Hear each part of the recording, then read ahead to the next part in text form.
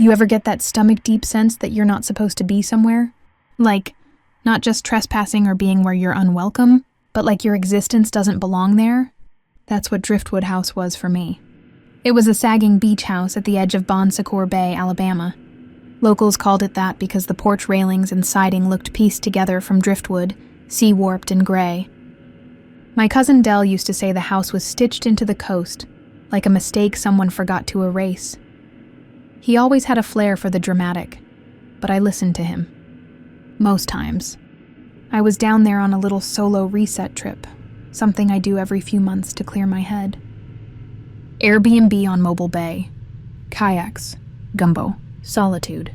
No men, no fake friends. Just peace. And it was peaceful, until the third night when I went for a late walk down the shoreline, barefoot, letting the tide nip at my ankles. That's when I saw her. She was maybe 60, wearing what looked like a cream nightgown, standing at the edge of the water, hunched. I thought she might be sleepwalking at first, or disoriented. I called out, "Ma'am, you okay?" But she didn't even flinch. Just started walking, but with this eerie, mechanical grace toward Driftwood House. Everything in me pulled tight. I'd been warned about that place. A bartender in Gulf Shores told me no one should even stand on the porch. Locals believed the land was wrong. Not cursed, not haunted, just wrong. Like the house doesn't care if you live or die, she said. It doesn't notice you're there. But I couldn't shake the feeling that this woman was in trouble. Vulnerable, maybe sick. Maybe someone left her out here. You can't just not help, right? So I followed. Stupid, yeah, I know it. But I followed. I was maybe 20 feet behind her when she disappeared through the front door. The place looked even worse up close. Wood swollen from decades of salt, porch light long dead, no footprints in the sand except hers and mine. And still no sound, no creak of floorboards, no wind. The surf itself had quieted. I stood on the porch for what felt like 5 minutes, breathing shallow. My shirt clung to me, just a plain green tee, already damp with sweat and mist. The door had been left open a crack. I stepped inside. The air was dead still, like it hadn't moved in years. The layout was crooked and claustrophobic. A warped hallway split the house in two, with mismatched picture frames hung all over the walls, but the pictures inside were blank. "Just white," I called out again, softer. "Ma'am, I saw you come in here. Are you all right?" A floorboard popped behind me. I whipped around. Nothing. I walked further in, every nerve in my body sparking like a downed wire. I was 3 steps from the kitchen when I saw the woman again. There was a rectangular mirror mounted crooked over a table, and in it, I could see her standing behind me. Same gown, same posture, but when I spun around, the room was empty. I told myself I was hallucinating. I tried to leave, but the hallway was different now. The angles were tighter, the walls had gotten closer together, and I couldn't see the front door anymore. I ran with purpose. I told myself this was some kind of architectural illusion, an old house messing with perspective. My fingers brushed walls that felt slightly warm. I don't even know why that stuck with me, but it did. They felt warm. Like skin. Then it was like I heard whispering in my chest. Like my own heartbeat had learned language and was saying things I couldn't understand.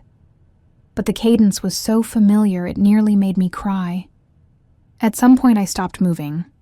The hallway had bled into a small den, one with an old record player in the corner. A single vinyl disc was already spinning, but no sound came out. There was a photo frame face down on the floor. I picked it up. It showed the woman, but she was younger, sitting next to what I think was a version of me. Except I looked different. Same red shoulder-length hair, same eyes, but older and smiling in a way I haven't in years. I dropped it. It cracked. That's when the sound kicked in. The sound of breathing, labored and shallow and close. Coming from every direction. I backed into the corner, thinking maybe the house was about to collapse. Or worse, trap me in it forever. But the front door was open again. Wide open.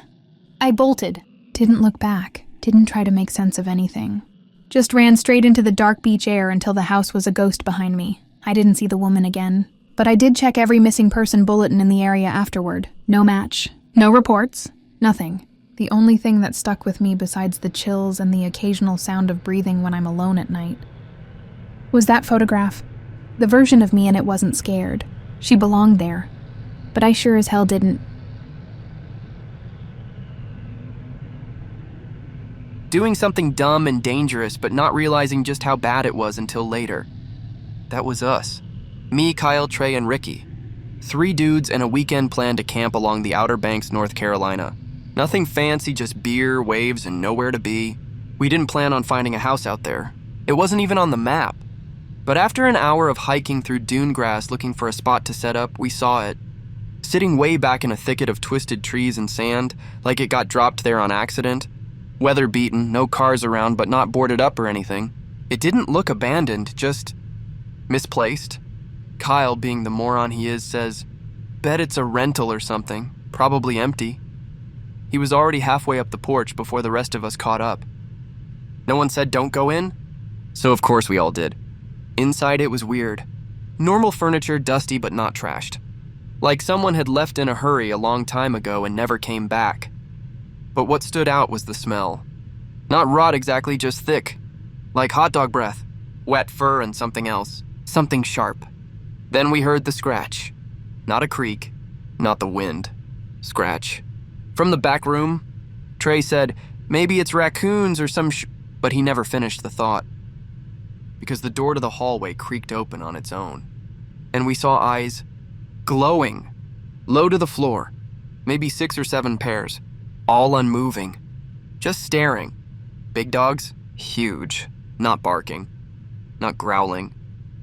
Then one took a step forward, slow, precise, and the rest followed. We backed up fast. No one said anything.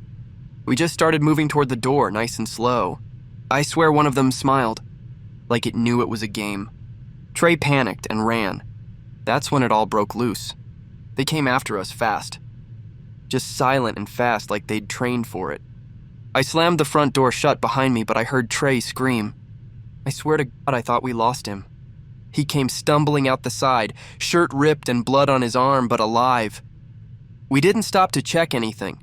We ran until our lungs were ash and didn't stop until we hit the ranger station near the dunes. They didn't believe us. Said no structures were allowed out that far. We took them back the next morning. The house was gone. Follow Vindistrict Talks for weekly stories.